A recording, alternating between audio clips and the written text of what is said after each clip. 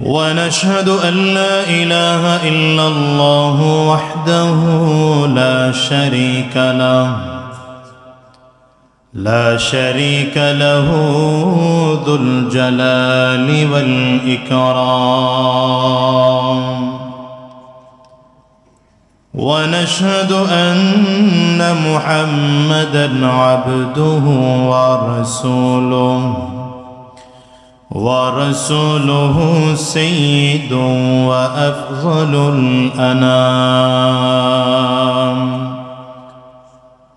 اللهم صل على محمد وعلى آله وصحبه وسلم تسليما كثيرا أما بعد فأعوذ بالله من الشيطان الرجيم بسم الله الرحمن الرحيم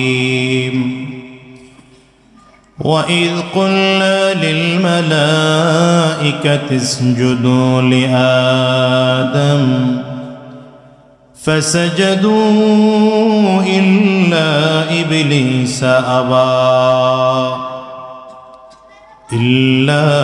إبليس أبى واستكبر وكان من الكافرين صدق الله العظيم وصدق رسوله النبي الكريم ونحن على ذلك من الشاهدين والشاكرين والحمد لله رب العالمين سبحانك لا علم لنا إلا ما علمتنا إنك أنت العليم الحكيم رب اشرح لي صدري ويسر لي أمري واحلل عقدة من لساني يفقه قولي रुखसार से बुर्का का ज़रा पर्दा उठा दो रुखसार से बुर्का का ज़रा पर्दा उठा दो लिल्लाहि मुझे हुस्न खुदा दाद दिखा दो लिल्लाहि मुझे हुस्न खुदा दाद दिखा दो ऐ बहर करम सदक़ हुसैन बिन अली का पियासा हूँ मुझे शरबत दीदार पिला दो मैं दूर हूँ मजबूर हूँ ऐ सय्यद आलम दीदार दिखाते नहीं आवाज़ सुना दो दीदार दिखाते नहीं आवाज़ सुना दो ला इलाहा इल्लल्लाह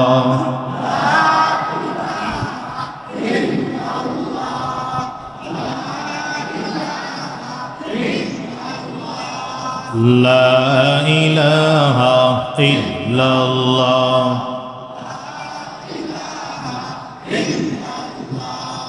ला इलाहा इल्लल्लाह ला इलाहा इल्लल्लाह ला इलाहा इल्लल्लाह इल्लल्लाह ला इलाहा इल्लल्लाह ला इलाहा इल्लल्लाह ला इलाहा इल्लल्लाह ला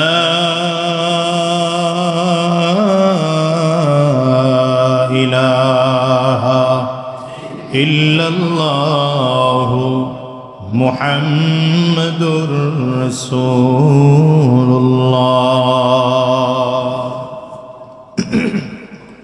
পারগেন্ডারিয়া বাইতুল মামুর জামে মসজিদের উদ্যোগে আয়োজিত আজকের এই বার্ষিক ওয়াজ মাহফিলের মুহতারাম সম্মানিত সভাপতি, সম্মানিত হযরত উলামায়ে কেরাম, সম্মুখপানে সমবেত দিন প্রিয় ইসলাম প্রিয় দিনদার ইমানদার মুমিন মুসলমান মর্দে মুজাহিদ ভাইরা, মুরব্বী বাবাজিরা, যুবক বন্ধুরা, কচি কাঁচা মাসুম বাচ্চারা, পর্দার অন্তরালে অবস্থানরতা সম্মানিতা শ্রদ্ধেয় মা ও বোনেরা, আল্লাহ পাকের শুকর যে আল্লাহ তাআলা আপনাকে আমাকে অত্যন্ত দয়া করে মায়া করে মহাব্বত করে ভালোবেসে আজকের এই কোরআনী মজলিসে, জান্নাতি বাগানে, ঈমানদারদের মজলিসে, আল্লাহ ওয়ালাদের মজলিসে, বিশেষ করে আল্লাহ পাকের জাকিরিন ও শাকিরিন বান্দাদের মজলিসে যে রব্বে করিম মৌলে করিম আপনাকে আমাকে আসার বসার তৌফিক দান করেছেন, সে মহান রব্বুল ইজ্জত ওয়াল জালালের দরবারে শুকর আদায় করি আমরা সকলেই বলি আলহামদুলিল্লাহ। আপনারা আসরের পর থেকে আরম্ভ করে রাত পর্যন্ত বড় বড় হযরত উলামায়ে কেরামদের জবানি মূল্যবান আলোচনা শুনেছেন।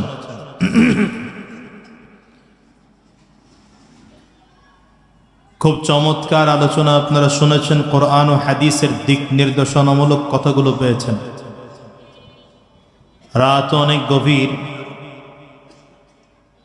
এজন্যে যদিও লম্বা সময় কথা বলার ইচ্ছা আছে, কিন্তু সময় কম থাকার কারণে লম্বা করব না। তবে আপনাদের কাছে আমার অনুরোধ, যতক্ষণ কথা বলবো অত্যন্ত ধ্যান ও খেয়ালের সাথে কথাগুলো শুনবেন ইনশাআল্লাহ। পারবেন তো? আল্লাহ কবুল করুন, বলেন আমিন। খুব অল্প সময়ের মধ্যে আয়োজন। আপনাদের এখানের খতিব সাহেব আমার অত্যন্ত প্রিয় মানুষ, মোহাব্বতের মানুষ। আমি তাকে ছোট ভাইয়ের মতো মোহাব্বত করি। একজন শরীফ মানুষ। গত কয়েকদিন আগে এসেছিলাম, ওনার বাসায় একটু দাওয়াত ছিল। কেমনে কেমনে যেন খবর পাইছেন যে এই দিনটা নির্বাচনের একদিন পর হয়, প্রোগ্রাম রাখা হয়নি। উনি গুছায় গাছায় এই প্রোগ্রামটারে ম্যানেজ করছে। যাই হোক, সাথে সাথে আরো এত হযরত উলামায়ে কেরামদেরকে পেয়েছেন যাদেরকে পাওয়াটা আসলেই খুব কষ্টকর, খুব দুষ্কর। কিন্তু এটা আপনাদের নসিব ভালো যে আপনারা বড় বড় উলামায়ে কেরামদের সোহবত নিতে পারছেন। উলামায়ে কেরাম, হাক্কানি উলামায়ে কেরামদের চেহারার দিকে তাকিয়ে থাকা, এটাও সওয়াবের কাজ। রইসুল মুফাসসিরিন হযরতে আব্দুল্লাহ ইবনে আব্বাস রাদিয়াল্লাহু আনহু বলেন যে নবী তো আর আজীবন থাকবেন না, নবী চলে যাবেন। তবে নবী চলে যাওয়ার পরে নবীর কিছু ওয়ারিস আছে, উলামায়ে কেরাম। উলামায়ে কেরাম নবীর, তুমি এটা সেট করে বসে পড়ো, সেট করে বসে পড়ো। নবীর কিছু উলামায়ে ওয়ারিস আছেন, এরা উলামায়ে কেরাম। কারণ নবীজি হাদিসের মধ্যে বলেন ইন্নাল উলামা ওয়ারাসাতুল আম্বিয়া, উলামায়ে কেরাম হলো নবীদের ওয়ারিস। আর এই ওয়ারিস কেমনে ওয়ারাসাত হইছে, ওয়ারিস হলো কেমনে, উত্তরসূরি হলো কেমনে? আমরা জানি বাবার উত্তরসূরি হয় সন্তান, ঠিক না? বাবার সম্পদ সন্তান পায়, এই জন্য বাবা উত্তরসূরি হলো সন্তান। নবী আমাদের জন্য কি টাকা পয়সা রেখে গেছেন, সম্পদ রেখে গেছেন, জমি জমা রেখে গেছেন? নবী নিজেই বলেন বা ইন্নাহুম লাম ইউওয়ারিসুনা দিনার ওয়ালা দিরহামা, ইন্নাহুম ইউওয়ারিসুল ইলমা। নবীজি বলেন উলামায়ে কেরাম যে আমি নবীর ওয়ারিস, এরা আমার টাকা পয়সা ধন সম্পদের ওয়ারিস না, এরা হলো আমার ইলমের ওয়ারিস।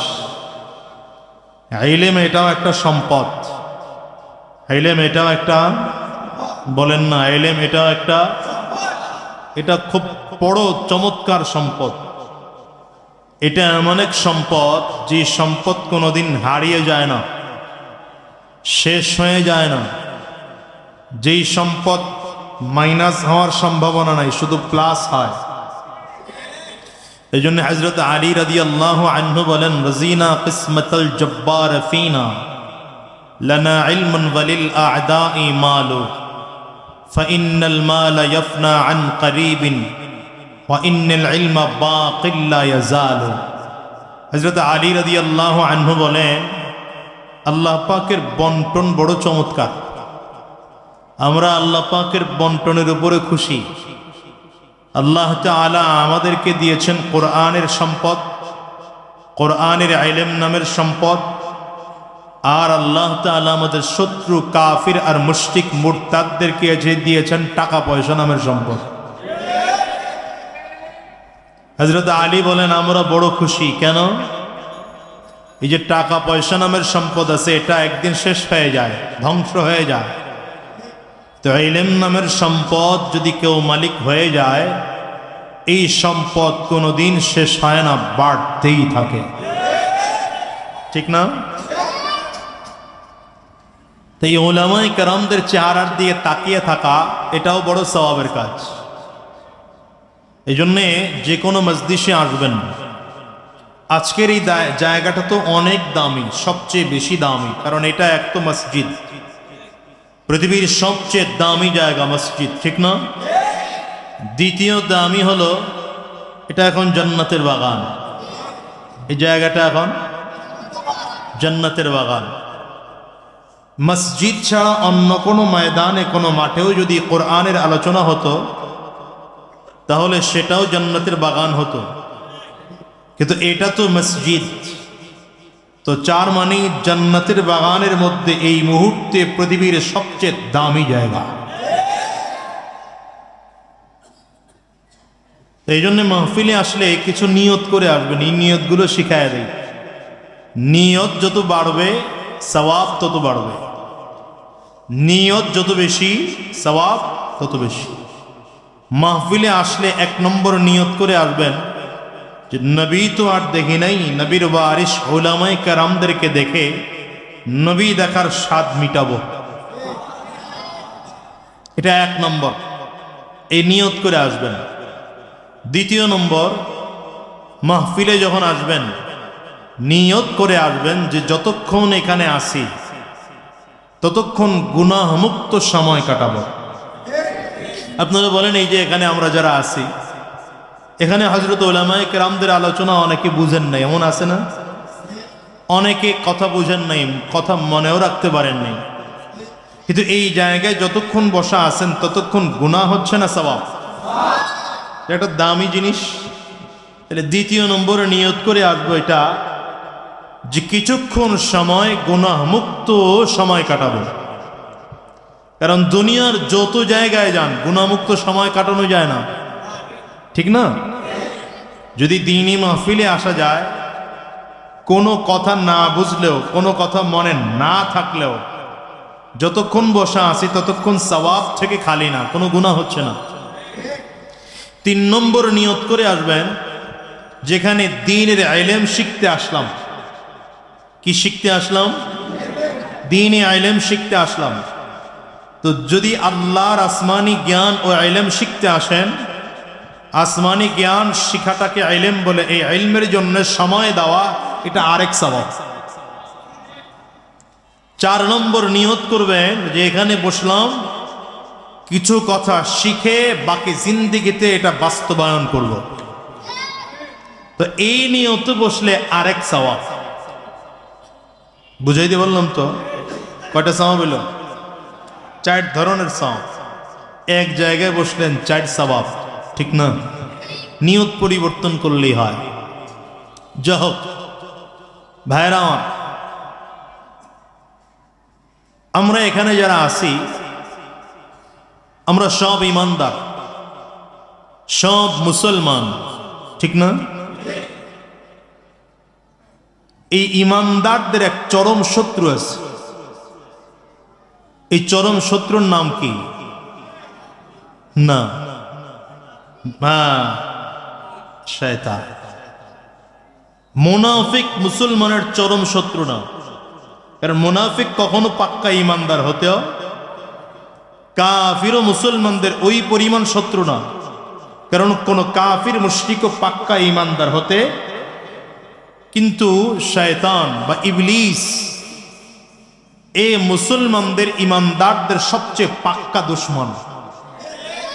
এজন্য আল্লাহ তাআলা কোরআনুল কারীমে বলেন, ইন্নাশ শাইতানা লিল ইনসানি আদুউম মুবিন, শয়তান মানুষের প্রকাশ্য দুশমন। শয়তান মানুষের প্রকাশ্য দুশমন। শয়তানের দুশমনিটা শুরু হলো কবে? দেখেন, শয়তান পুরো জগতের বাদশাহী ছিল শয়তানের, পুরো পৃথিবীর বাদশাহী ইবলিসের ছিল। কোন কোন বর্ণনায় এমন পাওয়া যায়, বর্ণনা একটু দুর্বল, এমনও পাওয়া যায় যে ইবলিসের এমন কোন জায়গা জমিনের বাকি ছিল না যেই জমিনের জায়গায় ইবলিসের সাজদা পড়ে নাই। ইবলিস এত রাজত্ব পেয়েছিল যে ফেরেশতাদের উস্তাদ খেতাব পেয়েছে। ইবলিসকে আল্লাহ তাআলা জান্নাতে থাকার জন্য বাসস্থান দিয়েছিল। কোথায়? ইবলিসের থাকতে আল্লাহ তাআলা জান্নাত দিয়েছেন, জান্নাতে থাকো। ইবলিস পুরো জগতের রাজত্ব ছিল ওর মধ্যে, বাদশাহী ছিল। যে বলে মুআল্লামুল মালায়েকা, ব্যাপারটা এরকম না। ফেরেশতাদের উস্তাদ ব্যাপারটা এমন না। পুরো জগতের যেহেতু রাজত্বর মধ্যে ছিল, আর এর মধ্যে ফেরেশতারাও ছিল, ফেরেশতাদের চেয়ে বেশি জ্ঞানী ছিল এই ইবলিস। এজন্য উদাহরণ দিয়ে বলা হয় এটা।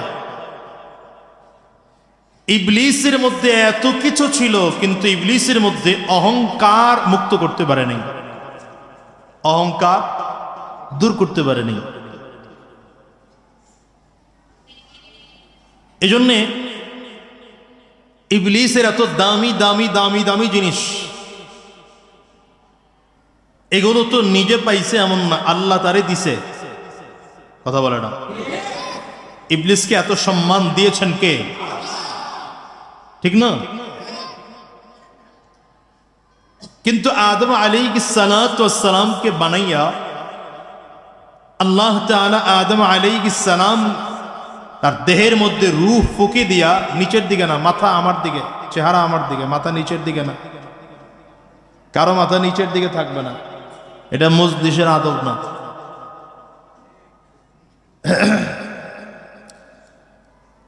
আদম আলাইহিস সালামকে আল্লাহ তাআলা বানায়া আদম আলাইহিস সালামের শরীরে রূহ ফুঁকে দিলেন, রূহ ফুঁকে দিছেন। এবার আদম আলাইহিস সালামকে আল্লাহ তাআলা পুরো মখলুকের থেকে শ্রেষ্ঠ মখলুক বানাবেন, সমস্ত মখলুকের মধ্যে শ্রেষ্ঠত্ব বানাবেন। শ্রেষ্ঠত্ব প্রমাণ করার জন্য আল্লাহ তাআলা আদম আলাইহিস সালামকে সাজদা করার জন্য বলছেন। প্রশ্ন হলো, আদম আলাইহিস সালামকে যদি সাজদা করা হয়, তাহলে এই যুগের মানুষকে সাজদা করতে অসুবিধা কোথায়? আদম আলাইহিস সালামকে আল্লাহ তাআলা সাজদা করতে বলছেন কিভাবে, এটা বুঝার বিষয়। আপনারা কি আমার কথা বুঝতেছেন? আদম আলাইহিস সালামকে যে আল্লাহ তাআলা সাজদা করতে বললেন ফেরেশতাদেরকে, এখানে খুব পয়েন্ট বুঝেন। এক নম্বর পয়েন্ট হলো, আদম আলাইহিস সালামকে শ্রেষ্ঠত্ব প্রমাণ করে সাজদা করতে বলা হয়েছে। তার মানে আদম আলাইহিস সালাম মখলুকের শ্রেষ্ঠ হবেন। বাকি যত মখলুক আছে সব আদম আলাইহিস সালামের থেকে সম্মানের দিক থেকে, বলে না, সম্মানের দিক থেকে নিচে। যেহেতু আদম আলাইহিস সালামের সম্মান বেশি, তার মানে আদম আলাইহিস সালামের সন্তান বনি আদমেরও সম্মান বেশি। এজন্য এই বনি আদমের সম্মান দেখাইতে গিয়া নিচের যারা আছে এদেরকে আদম আলাইহিস সালামকে সাজদা দিতে বললেন। সুতরাং কোন শ্রেষ্ঠ ব্যক্তি আরেক শ্রেষ্ঠকে সাজদা করতে পারে না, কোনো মানুষ একজন আরেকজনকে সাজদা করতে পারে না। ফেরেশতারা আদম আলাইহিস সালামকে সাজদা করছে। এ হলো প্রথম পয়েন্ট। দ্বিতীয় হলো, যদি ধরেও নেই যে সাজদা করেছেন স্বাভাবিক, তাহলে এর দুইটা জবাব। এক নম্বর জবাব হলো, আদম আলাইহিস সালামকে সাজদা করেছেন মানে হলো এই যে আল্লাহ তাআলা তাকেই সাজদা করতে বলেছেন, তবে আদম আলাইহিস সালামকে কিবলা বানায়া সাজদা করতে বলছেন। কি বানায়া? যেমন আমরা এখন কাবাকে কিবলা বানাই না, কথা বলে না, আমরা কাবাকে কিবলা বানাই না। এখন যদি কেউ বলে আমরা কাবাকে সাজদা করি, বিষয়টা কি সঠিক? বলেন না। আমরা কাবা সাজদা করি, কি সাজদা করি? আল্লাহকে সাজদা করি, ঠিক না? তো কাবাকে কিবলা বানায়া। যখন কিবলা কাবা ছিল না, তখন আমরা কারে কিবলা বানাইতাম? বাইতুল মাকদিসকে, ঠিক না? বাইতুল মাকদিস বা বাইতুল মুকাদ্দাসকে আমরা কিবলা বানাইতাম। তো আল্লাহ তাআলা আদম আলাইহিস সালামকে যে সাজদা করতে বললেন, এখানের মাকসাদ আদম আলাইহিস সালাম ছিলেন না, এখানের মাকসাদ ছিলেন আল্লাহ। আদম আলাইহিস সালামকে কিবলা বানায়া ফেরেশতাদেরকে সাজদা দিতে বলছেন। দ্বিতীয় হলো, না কিবলা না, আদম আলাইহিস সালাম রেই সাজদা দিতে বলছেন। যদি এটা মেনেও না হয়, তাহলে এটারও জবাব হলো, আদম আলাইহিস সালাম থেকে ঈসা আলাইহিস সালাম পর্যন্ত সকল নবীদের দিন আর ধর্মে এটা জায়েজ ছিল, সম্মানের সাজদা এটা জায়েজ ছিল, ইবাদতের সাজদা না। সাজদা দুই ধরনের। কয় ধরনের? একটা হলো ইবাদতের সাজদা, আর একটা হলো সম্মানের সাজদা। আদম আলাইহিস সালাম থেকে ঈসা আলাইহিস সালাম পর্যন্ত সকল নবীর ধর্মে সম্মানের সাজদা জায়েজ ছিল, ইবাদতের সাজদা কোন নবীর ধর্মেই জায়েজ না। ইবাদতের সাজদা প্রাপ্যকে,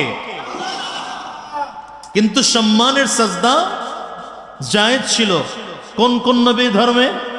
আদম আলাইহিস সালাম থেকে আরম্ভ করে ঈসা আলাইহিস সালাম নবী পর্যন্ত।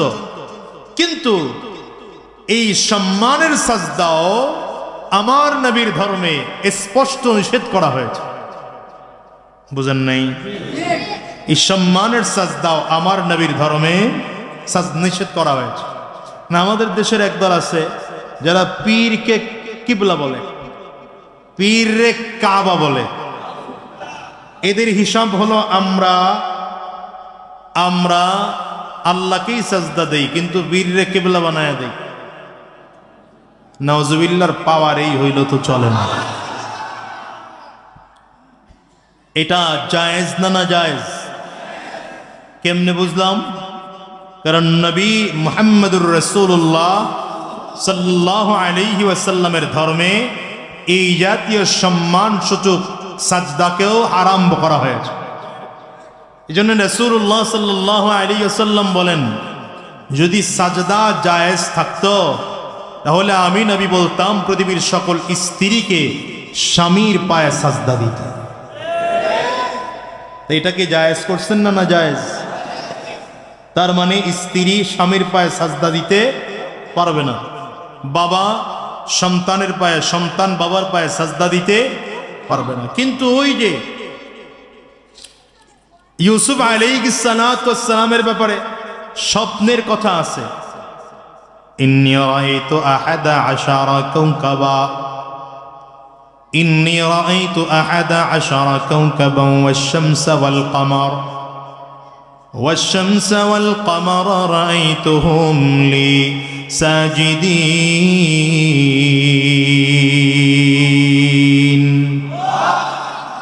ইউসুফ আলাইহিস সালাম স্বপ্ন দেখলেন, এসে তার বাবার কাছে বলছেন, আব্বা 11টা তারকা, একটা চাঁদ, একটা সূর্য, এই 13টা জিনিস দেখেছি আমাকে সাজদা করতেছে। তার মানে বুঝে গেল এটা ওই যুগে জায়েজ ছিল, এই যুগে এটা। এখন যদি কেউ আদম আলাইহিস সালামের সাজদাকে দলিল বানায়া এই যুগে আইসা কোনো পীরের পায়ে সাজদা দেওয়া জায়েজ প্রমাণিত করতে চায়, এটা সত্য না মিথ্যা? ভালো না মন্দ? শুদ্ধ না ভুল? বুঝলেন তো? কথা কয় না। আরো একটু সহজে বুঝাই। প্রশ্ন করতে পারেন যে হুজুর, আদম আলাইহিস সালাম বা অন্যান্য নবীদের আমলে জায়েজ ছিল, এই আমলে জায়েজ কেন করা হলো না? দেখেন, হাজারো এমন ইসলামের বিধান আছে যেই বিধান আগের যুগের দ্বীনের নবীদের ধর্মের সাথে মিলে না। যেমন একটা উদাহরণ দেই, আদম আলাইহিস সালামের ধর্মে জায়েজ ছিল আদম আলাইহিস সালামের জোড়ায় জোড়ায় সন্তান হইতো, একজন ছেলে একজন মেয়ে, এমন করে জোড়ায় জোড়ায় সন্তান হতো। এক জোড়ার মেয়ে আরেক জোড়ার ছেলের সাথে বিয়ে দেওয়া হতো, আবার আরেক জোড়ার মেয়ে ভিন্ন জোড়ার ছেলের সাথে বিয়ে দেওয়া হতো। তার মানে আদম আলাইহিস সালামের সন্তানদের নিজ সন্তানদের মধ্যে বিয়ে হয়েছে, বলে না? এই যুগে কি কারো সন্তানের সাথে কারো সন্তানের বিয়ে দেওয়া জায়েজ হবে? আদম আলাইহিস সালামের সন্তানদের মধ্যে ভাই বোনদের মধ্যে বিয়ে হয়েছে, এই যুগে কি কারো ভাই বোনদের মধ্যে বিয়ে করা জায়েজ হবে? তো ওই দলিল দিয়ে এই দলিল প্রমাণ করা। যা হোক, লম্বা কথা, এদিকে আলোচনা করতে গেলে অনেক লম্বা লাগবে। আদম আলাইহিস সালামকে আল্লাহ সাজদা করতে বললেন।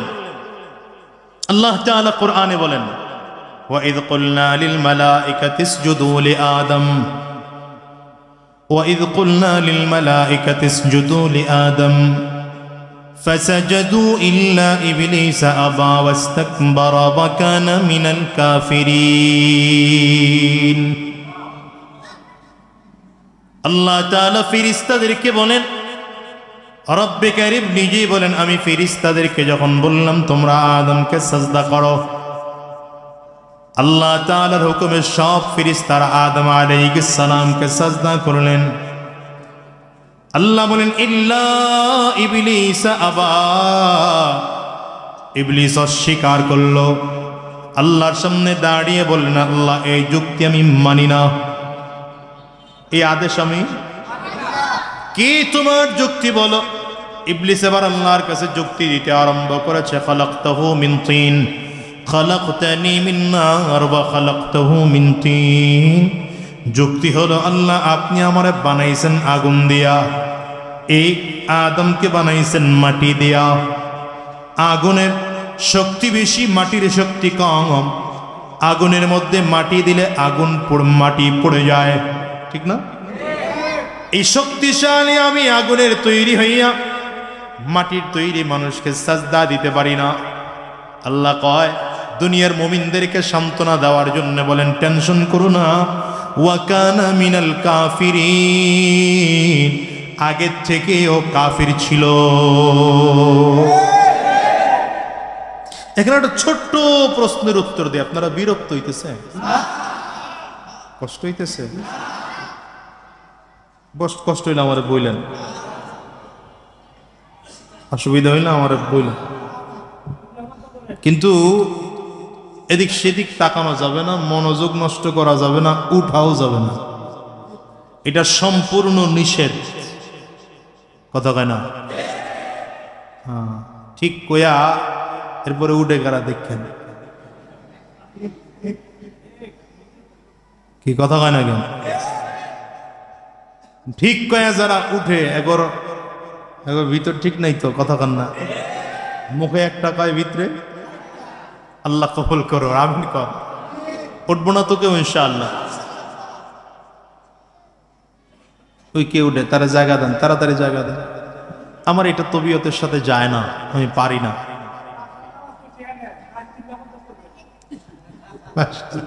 না, রাত্রে 3টা পর্যন্ত দরকার নাই। আমি চিন্তা করছি আর হয়তো আধা ঘন্টা কথা বলবো ইনশাআল্লাহ।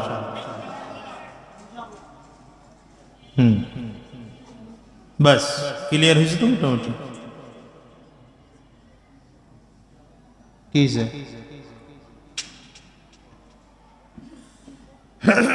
তো কি বললাম? সব সাজদা করছে, কিন্তু ফেরেশতা ইবলিস সাজদা করে নাই। একটা ছোট্ট প্রশ্ন আছে, প্রশ্নের উত্তর দেই। দেখেন আল্লাহ তাআলা কথা কেন বললেন ওয়া কানা মিনাল কাফিরিন? ইবলিস আগের থেকেই কাফির ছিল? বুঝেন নাই? ইবলিস আগের থেকেই কাফির ছিল, তার মানে আল্লাহ জানতেন যে ইবলিস কাফির। এই সাজদা দেওয়ার পদ্ধতির মাধ্যমে আল্লাহ ফেরেশতাদেরকেও জানাইলেন, ফেরেশতারা জাইনা রাখো এটা কিন্তু কাফির, এটা সঠিক না। বুঝেন নাই? কিছু মুনাফিক সব সময় চিনা যায় না, মাঝে মাঝে মুনাফিক চিনা যায়। যুদ্ধের ময়দানে কিছু মুনাফিক চিনা যায়, কথা কয় না? এই যে নির্বাচন গেল, নির্বাচনেও কিছু মুনাফিক চিনা যায়। কে মুনাফিক আর কে মুনাফিক না আল্লাহ তো জানেন না, জানেন না? তো মাঝে মাঝে এগুলো ঘটাইয়া আল্লাহ তাআলা মুনাফিক গুলোর জাতির সামনে পরিচয় করায় দেয়। তো এই ইবলিস তো আগের থেকে কাফির, কিন্তু আল্লাহ তাআলা এই সাজদার পদ্ধতি দিয়া ফেরেশতাদেরকেও জানাইছেন। যদি না জানাইতেন, আল্লাহ যদি ইবলিসরে ধইরা বাইর করে দিতেন, এই যা তুই কাফির, তুই আমার জান্নাতে থাকতে পারবি না, তাহলে ফেরেশতারাই আপত্তি জানাইতো, আল্লাহ এটা কেমন করলেন? আল্লাহর জন্য বের করতে সুবিধা হয়, কারোর জন্য প্রশ্ন না করে। এই জন্য এই কাফিরটারে বাস্তবে প্রমাণ করানোর জন্য সাজদার পদ্ধতি দিলেন। আল্লাহ তো সবাইকে আদেশ করছেন, সব ফেরেশতারা সাজদা করছে। ও দাঁড়ায় কয়, আল্লাহ আমারে বানাইছেন আগুন দিয়া, আদমরে বানাইছেন মাটি দিয়া। আগুনের শক্তি বেশি, মাটির শক্তি কম। আগুনের গতি উপরে, মাটির গতি নিচে। আমি এত শক্তিশালী হইয়া আদমকে সাজদা দিতে পারবো না। ফেরেশতারা তো এই প্রশ্ন করেন নাই, কিন্তু ইবলিস সাজদা এই প্রশ্ন করেছে। আল্লাহ কয় ওয়া কানা মিনাল কাফিরিন, ও আগের থেকে এটা কাফির ছিল। এখন আল্লাহ তাআলা বলেন, আমার দরবার থেকে বের হয়ে যা।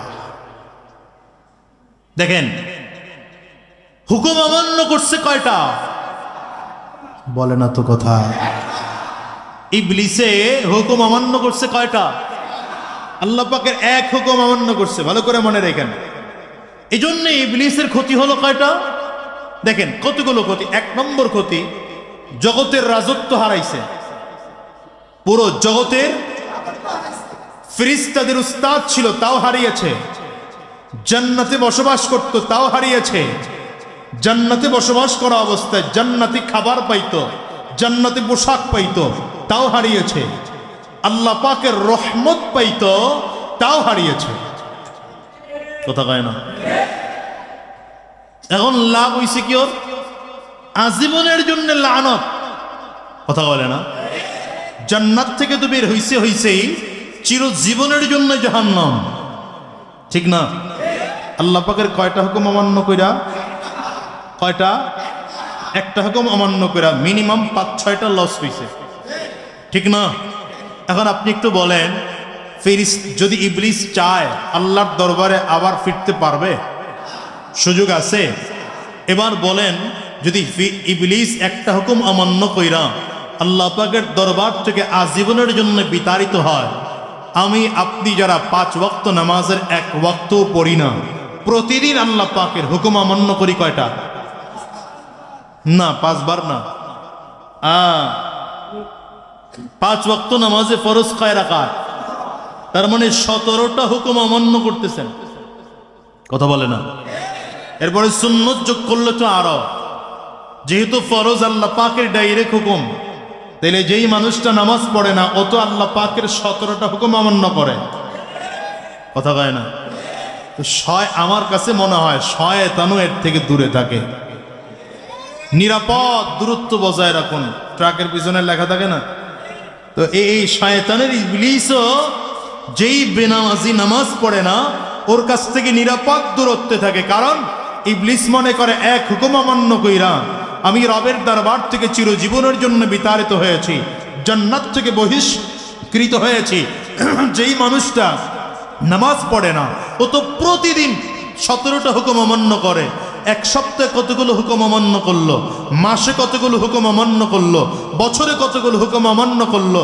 এবার ৩০ বছর, ৪০ বছর, ৫০ বছর হায়াতে আল্লাহ পাকের কতগুলো হুকুম অমান্য করলো। ইবলিসও কয় গজব তোর উপরে পড়বে, তার আগে আমি দূরত্বে থাকি। এখন সিদ্ধান্ত আপনাদের, নামাজ 5 ওয়াক্ত পড়বেন না পড়বেন না, সিদ্ধান্ত আপনার। আমি কারো ওয়াদা করানোর দরকার নেই, কারণ ওয়াদা করে ওয়াদা ভঙ্গ করলে এটা আবার ভেজাল। কথা কন না কেন? দিলে দিলে এটা আজীবনের জন্য গাইথা নেন। যখন নামাজ ছাড়তে মনে চাইবে তখন আজীবনের জন্য এই কথাটা স্মরণ রাখবেন যে আমি কি ইবলিসের চেয়ে ভালো না ইবলিসের চেয়ে খারাপ হতে যাচ্ছি, ঠিক না? বাস এই এক ঔষধ দিয়ে দিলাম। যদি এটা মনে রাখতে পারেন তাহলে আশা করা যায় কোনোদিন নামাজ ছুটবে না ইনশাআল্লাহ। এখন যা হোক, ইবলিসকে আল্লাহ তাআলা বের করে দিল। দেখেন, ইবলিস বের হইয়াও ওই রাগান্বিত অবস্থায় আল্লাহ এই মুহূর্তে আল্লাহর কাছে দাঁড়ায় কয়, আল্লাহ আপনি আমার কাছে আপনার কাছে আমার 2টা আবদার আছে, এই আবদার 2টা রাখবেন? আল্লাহর কাছে কয়। তো ইবলিস জানে তো আল্লাহ রহমান, আল্লাহ রাহিম, আল্লাহ তাআলা এই সময় চাইলেও তোরে ফেরত দেয় না। ইবলিস এই সময়ও চায়, বলে আল্লাহ 2টা জিনিস আপনার কাছে চাওয়া। কয়টা? 1 নম্বর হলো আপনি আমারে কিয়ামত পর্যন্ত হায়াত দিবেন, আনজিরনি ইলা ইয়াউমি ইউবআসুন, আমারে কিয়ামত পর্যন্ত হায়াত দিবেন। আল্লাহকে যা দিলাম। 2 নম্বর, আমি যেন আপনার বান্দাদেরকে ধোঁকা দিতে পারি এবং ওর শরীরে ঢুকতে পারি, ওর কলবের মধ্যে ঢুকে ঢুকে যেন ধোঁকা দিতে পারি, এই সুযোগটা আপনি আমারে দিবেন।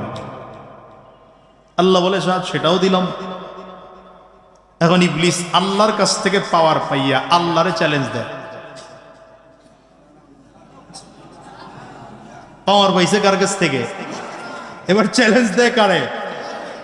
হায় হায়, লাআকউদান্নাকা সিরাতাকাল মুস্তাকিম, আল্লাহ আপনার সোজা রাস্তার মাঝখানে বয়ে থাকবো আমি, আপনার বান্দারা চলতে গেলে আমি বাধা দেব।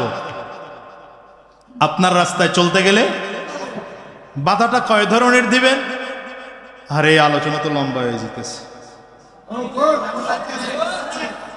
আচ্ছা, শয়তান কয় ধরনের বাধা দেয়?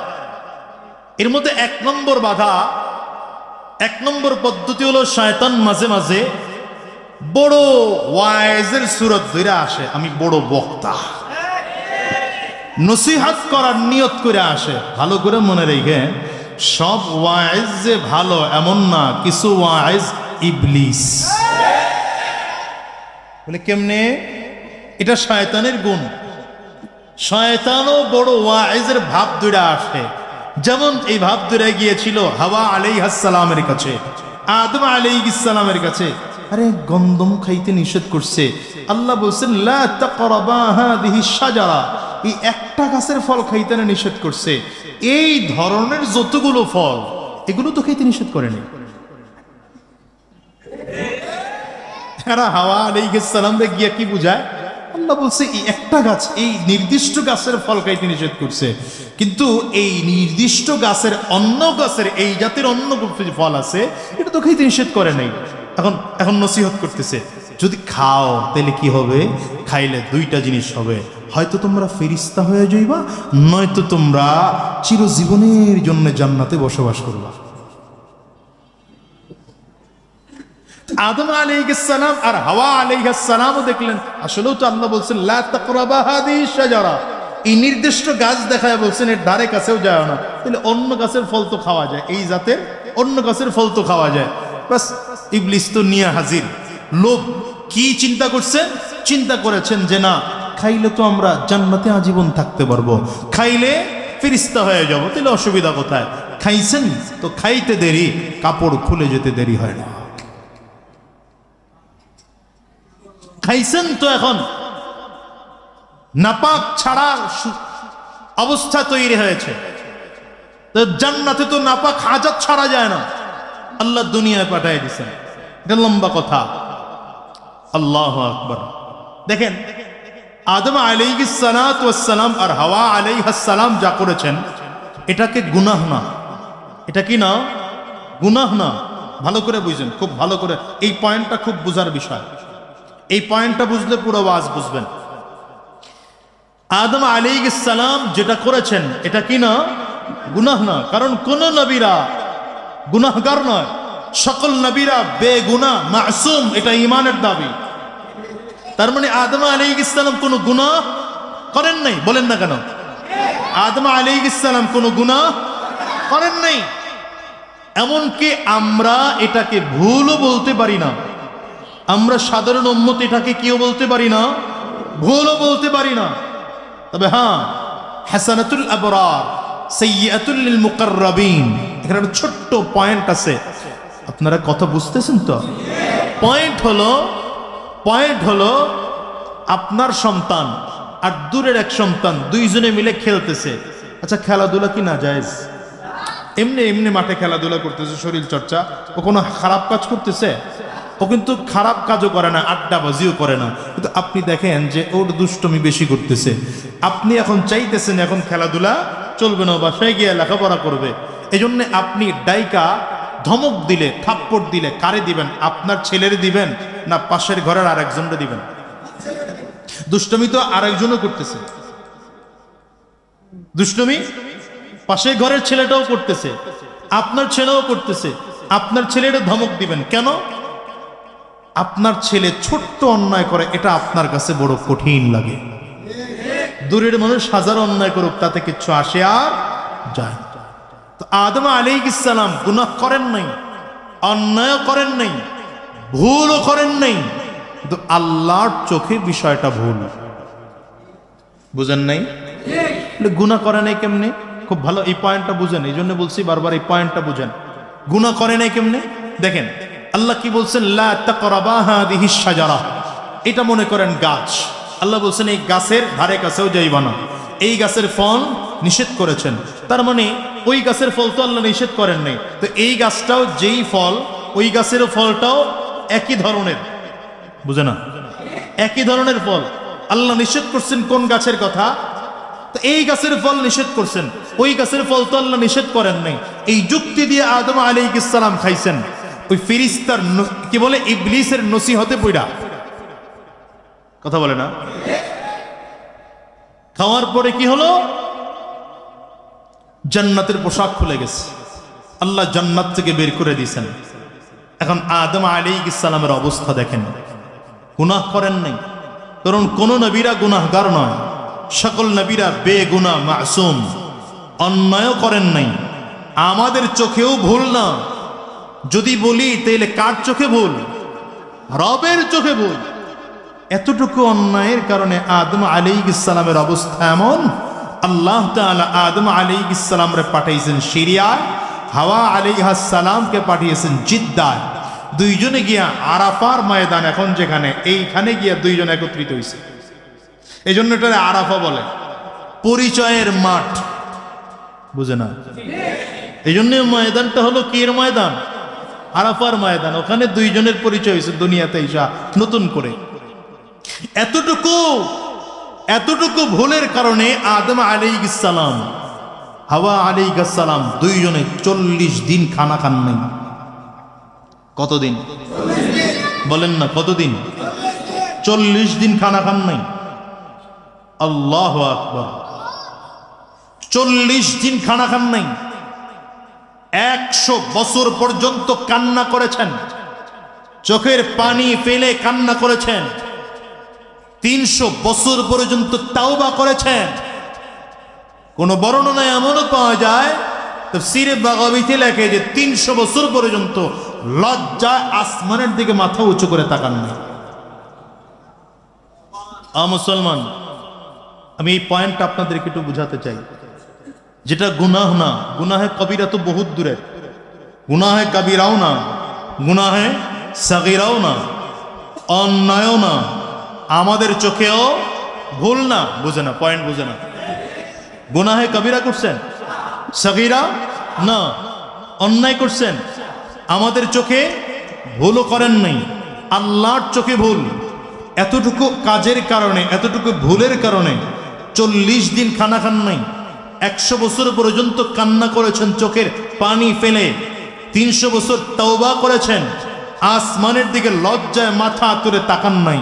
এবার বলেন আপনার আমার গুনাহের কারণে কি পরিমাণ মাফ চাওয়া দরকার? এই পয়েন্টটা কি বুঝছেন? এই পয়েন্ট বুঝলে এবার প্রশ্নের উত্তর দেন। আপনি আমি যে অন্যায় করি, আপনি আমি যে এই পরিমাণ গুনাহ করি, এই পরিমাণ গুনাহের কারণে আল্লাহর কাছে কি পরিমাণ মাফ চাওয়া দরকার? হায় হায়,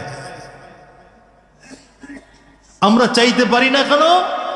ওই যে শয়তান ধোঁকা দিয়ে ভুলায় রাখছে। বলছিলাম শয়তানের ধোঁকা দেওয়ার এক নম্বর পদ্ধতি কি? আরেকটা ধোঁকা দেওয়ার এক নম্বর পদ্ধতি কি বললাম? নেক্সট সুরতে আসে, কথা কয় না, নসিহত করার সুরত ধরে আসে। তো নসিহত চাইলেই কারো শোনা আসতে কয় কেন? বক্তা পাইলেই নসিহত শোনা যাবে না। আগে বক্তারে পরীক্ষা করেন, এই বক্তার ওয়াজ কতটুকু ভালো, কতটুকু কোরআন সম্মত। যদি কোরআন সুন্নাহ সম্মত হয় মানব, না হলে প্রত্যাখ্যান করব। দ্বিতীয়, শয়তানের দ্বিতীয় নম্বর ধোঁকা দেওয়ার পদ্ধতি হলো, এই ঘাড়ের এখানে একটা রগ আছে, ঘাড়ের এখানে আপনি ডান হাতটাকে যদি ঘুরায় বাম হাতের এখানে নেন, দেখবেন ঘাড়ের এখানে একটা রগ বাঁধে, বাজে নাকি? বলে না বাঁধেনি? এই রগের এইখান থেকে শয়তান ঢুকার একটা জায়গা আছে। শয়তান এখান থেকে ঢুকে, এইখান থেকে শয়তান ঢুইকা মানুষের কলবের মধ্যে জায়গা নেয়। এই জন্য রাসূলুল্লাহ সাল্লাল্লাহু আলাইহি ওয়াসাল্লামকে আল্লাহ তাআলা ঠিক এই জায়গাটায় মোহরে নবুয়ত সেট কইরা ওই জায়গাটা আটকায় দিয়েছে।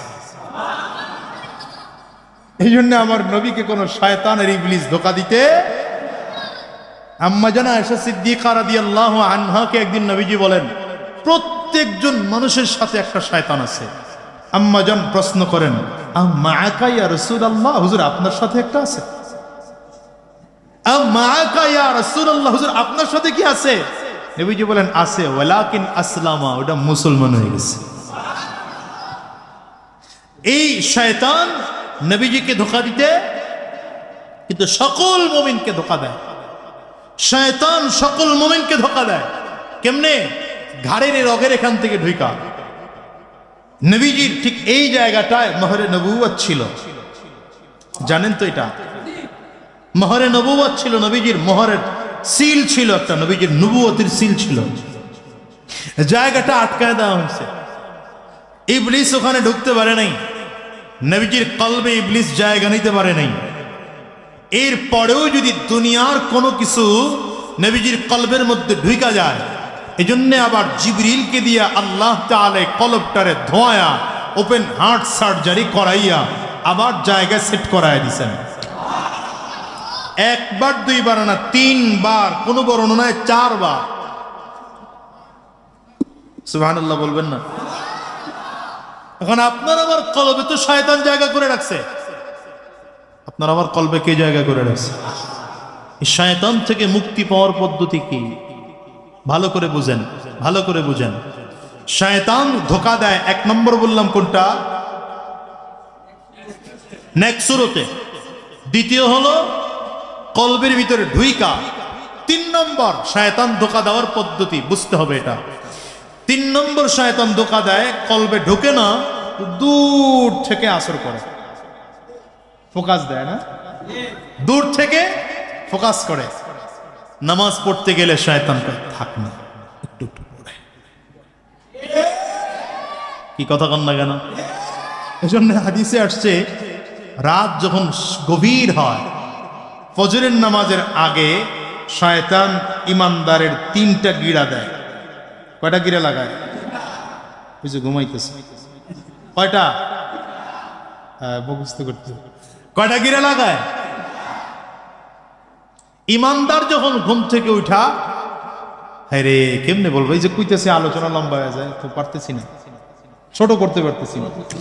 ইমানদার যখন ঘুম থেকে উঠে 1 নম্বর দোয়া পড়ে, ঘুম থেকে ওঠার একটা দোয়া আসেনি? কি দোয়া? কি? মাশাআল্লাহ, কিছু কিছু জানেন দেখা যায়। সবাই আমার সাথে পড়েন, আলহামদুলিল্লাহিল্লাযী আহইয়ানা বা'দামা আমাতানা ওয়া ইলাইহিন নুশুর। এই দোয়া পড়লেন, সাথে সাথে একটা গিরা খুলে গেল। জোরে বলেন। দ্বিতীয় নম্বর, ওযু করলেন, আরেক গিরা খুলে গেল। ফজরের নামাজের সুন্নতে দাঁড়াইলেন, আরেক গিরা খুলে গেল। আর যে তিনটা গিরা থাকে, নামাজও পড়েন নাই, ঘুম থেকে উঠে দোয়াও পড়েন নাই, ওযু করেন নাই, ঘুম থেকে সকাল 8টায় উঠছেন, উঠে রং চা খাচ্ছেন, রুমে বৈশা বৈশা শয়তানের গিরা নিয়েই সারাদিন ঘুরতেছেন। ফজর মিস করাইলো মানে আপনার জোহর মিস করাবে, জোহর মিস করাইলো মানে আসর মাগরিব এসা অটো মিস। কথা বলে না। আর যেই মানুষ 5 ওয়াক্ত নামাজই পড়ে না, তাহাজ্জুদ তো কল্পনাও করা যায় না। তাহলে নামাজি হইতে হইলে 1 নম্বর ফজর লাগবে। এই জন্য নবীজি কয়, মুনাফিকের কাছে 2 ওয়াক্ত নামাজ বড় কঠিন। কয় ওয়াক্ত? ফজর আর ইশা। মুনাফিকদের কাছে এটা বড় মারাত্মক কঠিন। নবীজি বলেন, যদি জানতো ফজরের বরকত কি, তাহলে হামাগুড়ি দিয়ে হলেও ফজরে মসজিদে আসতো। এই যে আজকে বয়ান শুনতে কত আসছেন, আমি বুঝলাম সব এই মহল্লার না, অন্য মহল্লা থেকেও আসছেন। তো 50% তো এই মহল্লার আছে নাকি ইমাম সাহেব? হ্যাঁ, 50% বাদ দিলাম, 25% তো আছে। 25-30 ভাগ। কথা বলে না। ফজরের মুসল্লি কয় হাজার হয়?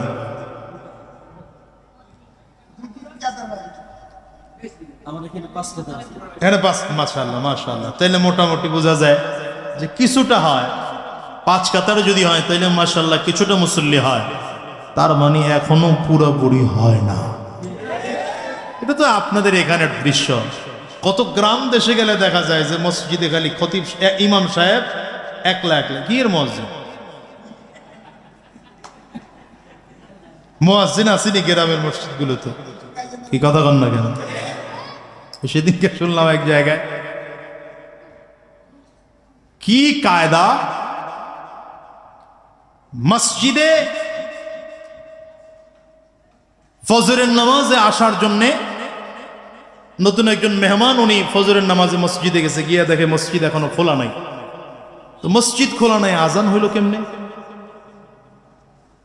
তো এখন আজান কেমনে হইল উনি এটা খুঁজতেছে। নামাজের সময় হয়ে গেছে, মসজিদ এখনো বন্ধ, কিন্তু মালিকে আজান হয়েছে। খোঁজ নিয়ে দেখে এলাকার একজন মুরব্বীরে কমিটির লোকজন মিলায়া মুয়াজ্জিন রাখছে বেতন দিয়ে, তুমি আজান টাজান দিও। নির্দিষ্ট কোনো ইমাম নাই।